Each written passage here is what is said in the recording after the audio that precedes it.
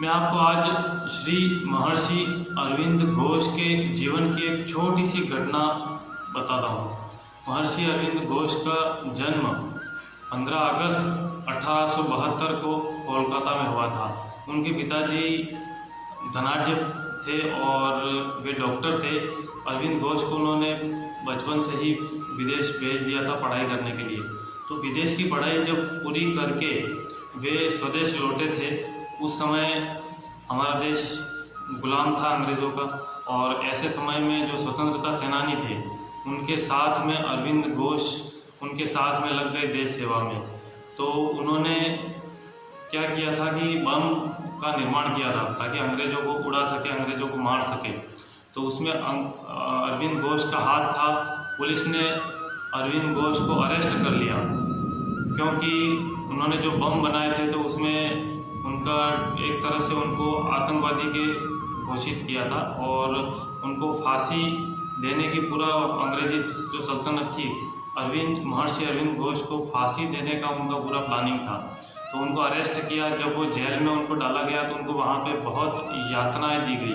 उनको एक काल कोठरी में डाल दी गई, छोटी सी काल कोठरी थी, उसमें बहुत सारे मच्छर थे और गर्मी और भयंकर वो था। और उनको जो बाल्टी दी गई थी, एक लोहे की बाल्टी दी गई थी पानी पीने के लिए, और खाने में वे सड़ा हुआ अनाज, उसकी राख, सड़े हुए अनाज की राख देते थे।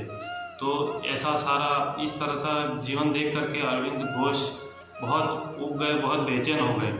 तो उन्होंने, कृष्ण के वो भक्त थे, कृष्ण से उन्होंने प्रार्थना की, हे भगवान, मैं तो देश को आज़ाद कराने के लिए मैंने ये कर्म किया और मुझे उसका परिणाम, मुझे उसका फल ऐसा मिल रहा है, इतना मेरे को घृणित होकर के ये लोग मेरे को इतना सड़ा हुआ अनाज की राख दे रहे हैं और इस तरह से तकलीफें दे रहे हैं, यातनाएं दे रहे हैं।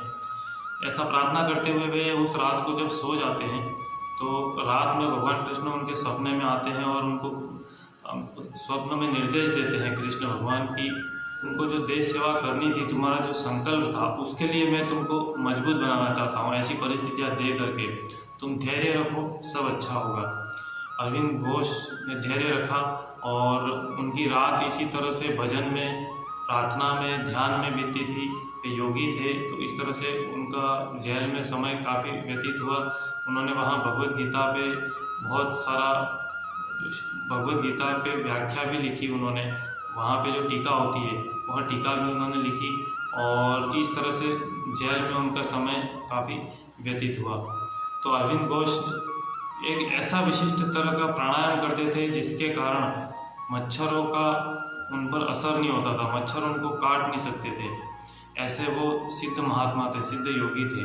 तो इस तरह से उन्होंने जेल में यातना सहते हुए 1 वर्ष 1 दिन तक जेल में बिताया। उसके बाद में उनके पक्ष में सारा निर्णय आया और अरविंद घोष जब बाहर आ जाते हैं तो उनके जो भी भक्त होते हैं वो उनको अपने कंधे पे उठा लेते हैं और जय श्री कृष्ण जय अरविंद, जय श्री कृष्ण जय अरविंद, इस तरह से वो नारे लगाते हैं।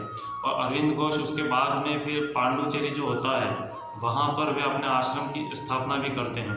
महर्षि अरविंद घोष एक महान दार्शनिक भी थे, सिद्ध महात्मा थे, सिद्ध योगी थे। उनके पास बहुत सारी सिद्धियाँ भी थी और वो विद्वान थे, कवि भी थे। इस तरह से बहुत सारी योग्यताएं उनके अंदर थी और वे एक अद्भुत योग्यताओं के, सद्गुणों के धनी थे। तो इसी के साथ चरित्र हम समाप्त करते हैं। मिलते हैं फिर अगले वीडियो में, अगले क्रांतिकारी, एक वीर क्रांतिकारी की फिर नई घटना के साथ में। तब तक के लिए इंतज़ार करिए और मुस्कुराते रहिए।